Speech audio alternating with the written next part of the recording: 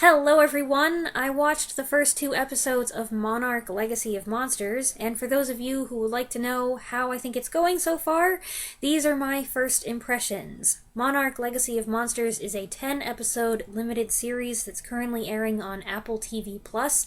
It's a spin-off of the MonsterVerse films that expands on the history of Monarch, the secret organization that studies gigantic creatures living in and around the planet. Going into this, I had made 4 predictions. Number 1, despite being heavily featured in the advertising, Godzilla would only appear at the beginning and the end. Number 2, same thing for Kurt Russell, who was also heavily featured in the advertising. Number 3, the past and present timeline would get confusing, as would number 4, the ever-increasing Monarch lore, which, to start with, is not really something I've ever cared enough about to keep track of. Now, you might be thinking these predictions sound pessimistic, and, well, I am wary of most new things that come out. Regarding this, I mostly felt casual curiosity, especially since I wasn't planning to buy an Apple TV Plus subscription just so I could watch it. However, I had several people ask me what I thought of the teasers and if I was going to watch the series, and their enthusiasm became infectious. So I decided to get the subscription and give it a go. My mom and I watched the first 2 episodes the day they premiered, which was Friday, November 17th. The first 2 came out at once, and subsequent episodes will be released on Fridays until January 12th.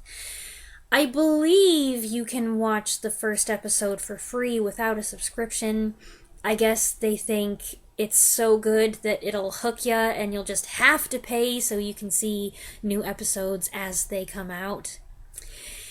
Instead of spending $10 a month for 3 months, you could just wait until it's finished and binge the whole thing in a 7-day trial.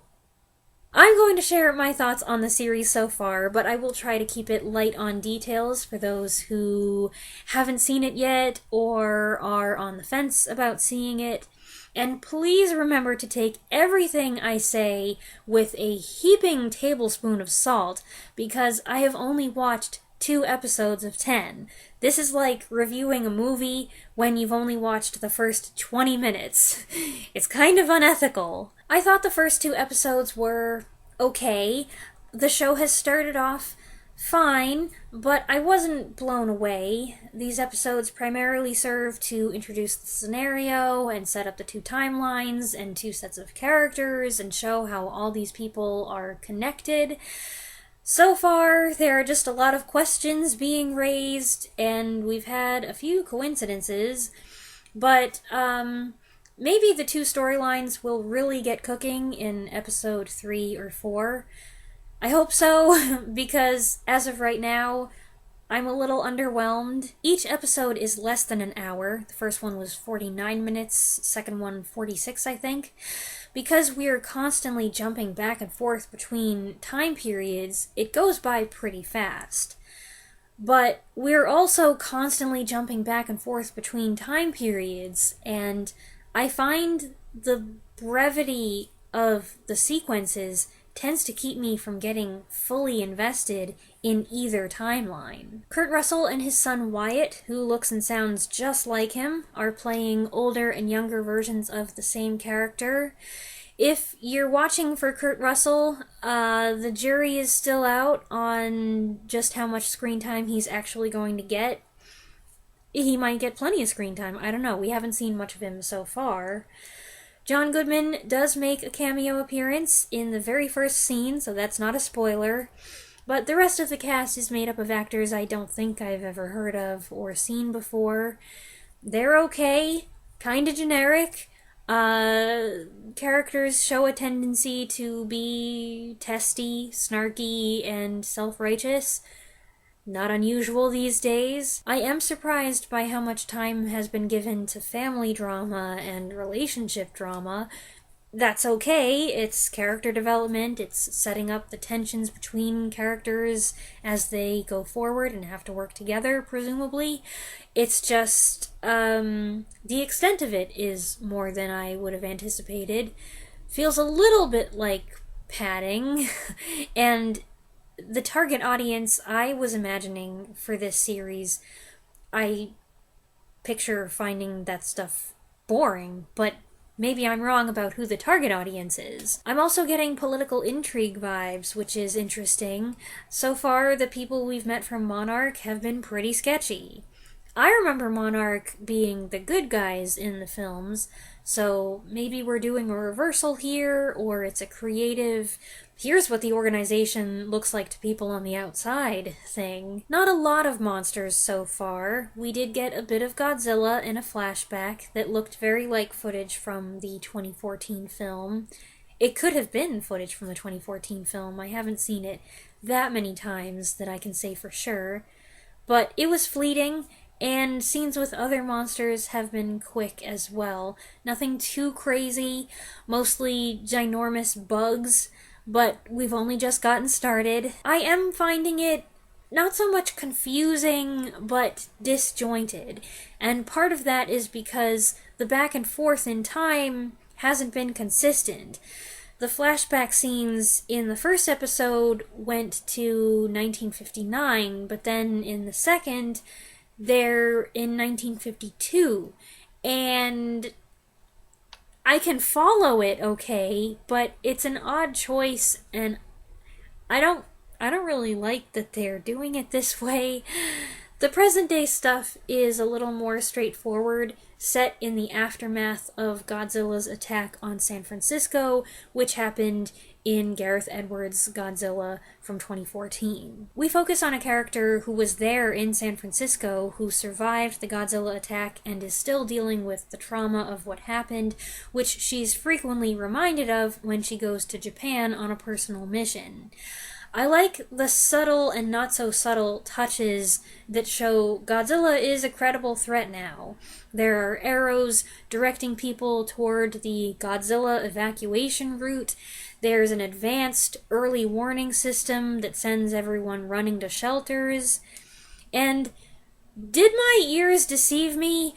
Or in the scene when the alert sounds and they go into the shelter, did I detect a synth sample of Godzilla's theme? Were my ears playing tricks on me? Was that wishful thinking? Or did I really hear a low-key riff on Godzilla's theme there? So there are interesting things unfolding here, and I'm curious to see where the series goes next. I have a feeling the whole thing is about to shift now that the setup is apparently complete. And of course, I'm looking forward to more monsters. Technically speaking, I did find it kind of dull at times. The characters aren't as compelling as they could be. There were scenes that felt like filler, and my mom and I found it challenging to keep track of who was who in the past and the present, and who was related to who, and which generations, because this seems to be one of those it's a small world plots. So it started off kind of meh for me. But I am in it for the long haul, and I do hope I get more invested as we go.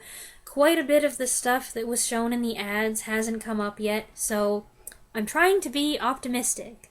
Editing Weaselberry here, I thought I'd give you a little update before I post this and tell you that we just watched episode 3, and it was decent.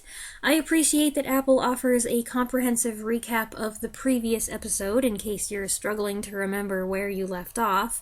Kurt Russell is bringing the energy and charisma the show needs. I even laughed at one point. There's some generational ribbing between the old-timer and the 3 young whippersnappers, and I'm getting to like the dynamic there. I'm starting to think there might be something about the show's photography I don't care for, but that may also just be how things are filmed these days. Lots of drone shots and wide angles, which makes me feel distanced from the characters and also has me frequently wondering, is this real or green screen? This episode proved one of my predictions wrong, and I'm pleased about that. We also got a funny-looking but cool new monster. And the flashback narrative is coming along. We even got the backstory for something I've wondered about since 2014.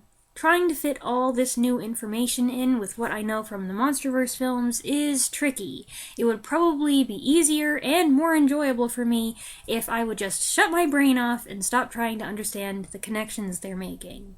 I still don't see the logic in starting where they did and then going back and presumably leading up to it, but I think the show is coming along pretty well. I'm not loving it, but I'm also not like, ugh, I've got to make it through 7 more episodes. If it doesn't become a slog in the middle and pulls off a big finish, I will be moderately satisfied. Oh my goodness, I'm sorry. Those are my thoughts on the first couple episodes of the Monarch series. I hope you found this video informative and useful in some way. I don't think I'll make another one until January when it's all over, unless something insane happens and I just have to make a video to talk about it.